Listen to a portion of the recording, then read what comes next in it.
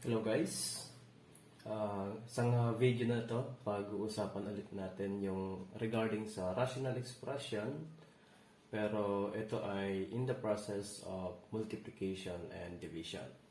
So sa previous video, pinag-usapan lang natin yung about simplification of rational expression. Single lang po yan, pero in this case, we have two kinds of rational expressions given here. I have 3 examples here. So, dalawa lang muna sinulat ko para solution natin dito sa baba. Okay, so multiplication and division, pinagsama ko po yung process na to since the concept or the principle of having its process are almost the same. So, hindi nagkakalayo yun. Okay, so same lang as fraction, ganun lang po yung gagawin natin. Kung ano yung ginagawa natin sa fraction, sa pag-multiply or divide ng fraction, ganun din po ang gagawin natin dito. Knowing na ang rational expression is P over Q as its value. Numerator ay P, denominator ay Q. Okay, sa pag-multiply nito, ang gagawin lang natin, in case of multiplication, we just have to multiply it numerator to numerator and denominator to denominator.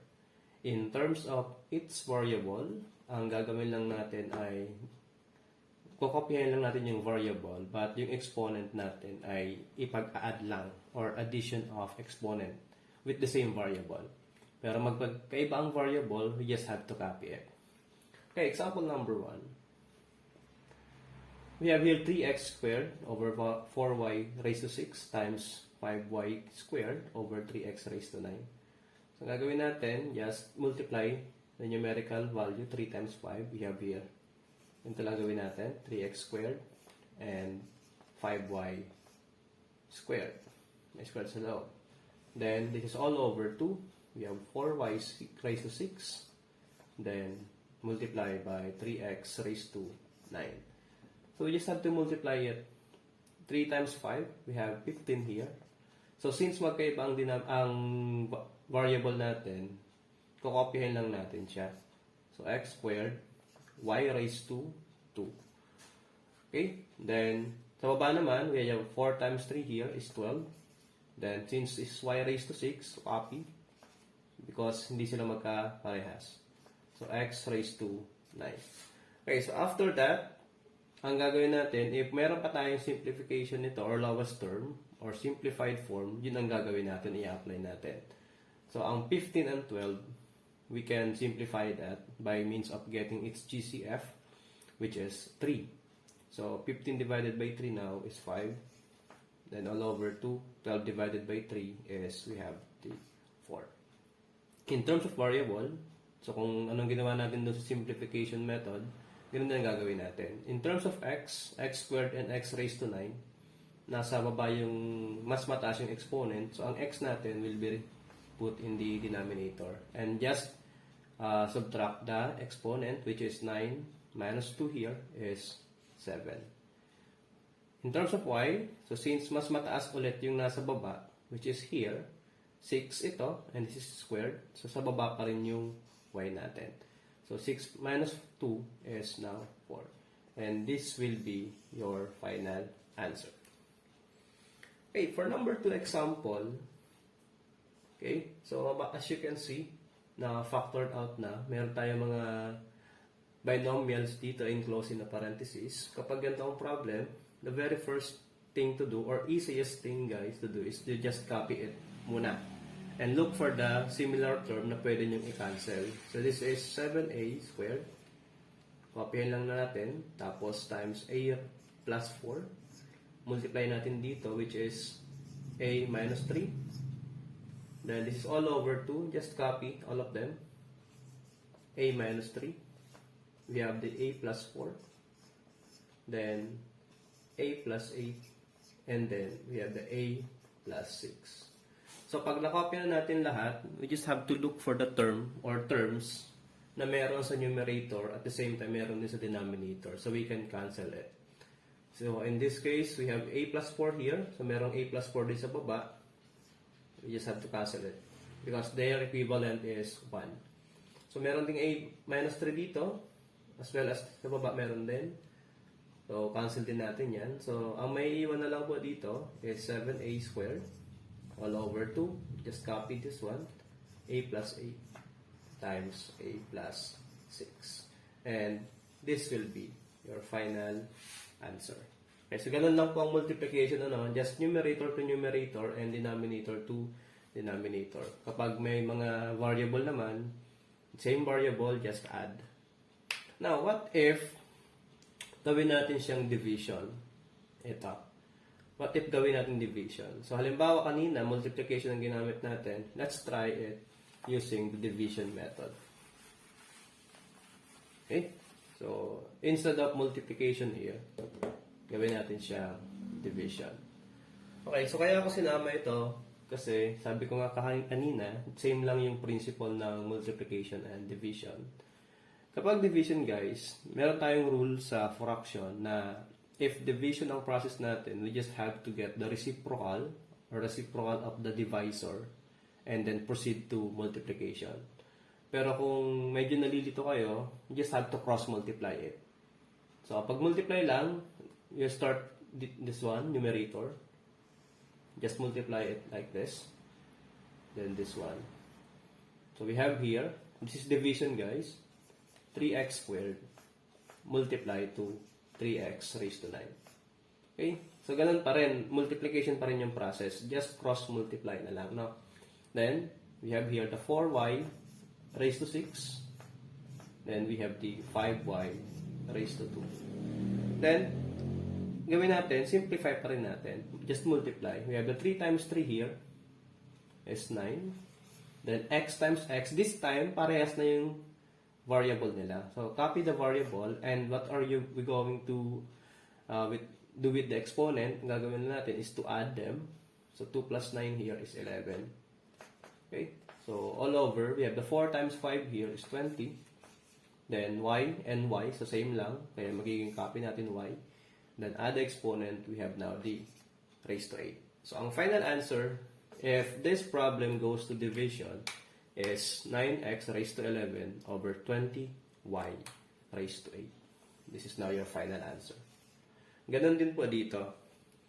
If this goes to division, halimbawa, division natin ito. Kanina ang sagot natin ay 7a squared over a plus 8 times a plus 6. So let's try using the division. Okay. So kapag division na siya, ganun pa rin, cross-multiply. We start from here. 7a squared, a plus 4. You just have to multiply it in the denominator of the divisor. Okay, so we have a plus 8, then a plus 6. Then, that's all over 2. This denominator will be multiplied to the numerator of the divisor. Kaya magiging a minus 3. Then, a plus 4, and then we have here a minus 3.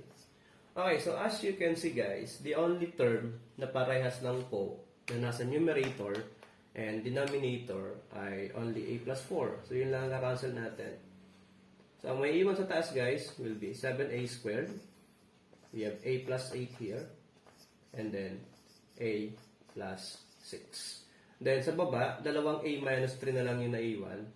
So, we can rewrite it as a minus 3 and a minus 3. Or, pwede rin po ang, ang format na to. So, since dalawa siya, we can a minus 3 tapos square. So, different result. Different din kasi yung process natin. So, in this case, this will be your final answer. Okay, so I have here another example on division. Okay, so let's have the answer for this one. Let's say we have x squared plus 10x plus 16 all over 2.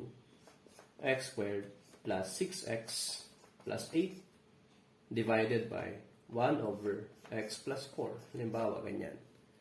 Okay, so gagawin lang natin dito, following the same method with this one, just cross multiply. But as you can see guys, yung given dito sa dividend natin are trinomials which can be factored also kagaya nito.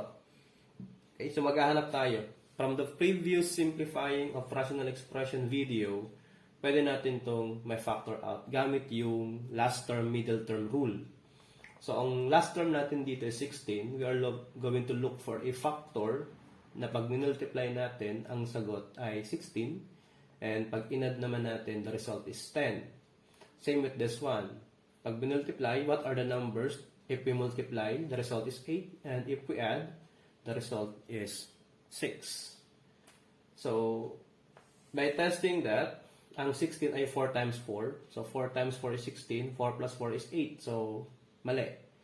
We can also have 8 times 2 is 16. Then 8 plus 2 is 10. So, pwede natin gamitin yan. So, we have x plus 8 and x plus 2. We have 8 times 2 is 16. And then 8 plus 2 is 10. So, correct ng factor natin. Sa baba, ganun din. Ano ang factor ng 8? We have 4 times 2 and then 8 times 1. Yun lang po. If we use 8 times 1, 8 times 1 is 8, but 8 plus 1 is, we have 9, sorry. 8 plus 1 is 9. So, hindi pwede kasi 6 lang yung middle term natin. If we use 4 times 2 is 8, then 4 plus 2 is 6. So, therefore, the factor for the denominator of the dividend is x plus 4 and x plus 2. Then, divide lang natin siya by 1 over x plus 4. Okay, so since meron tayong factor dito, pwede na natin siyang i-cross multiply. So, you have to multiply this one and also this one. Just copy. We have x plus 8.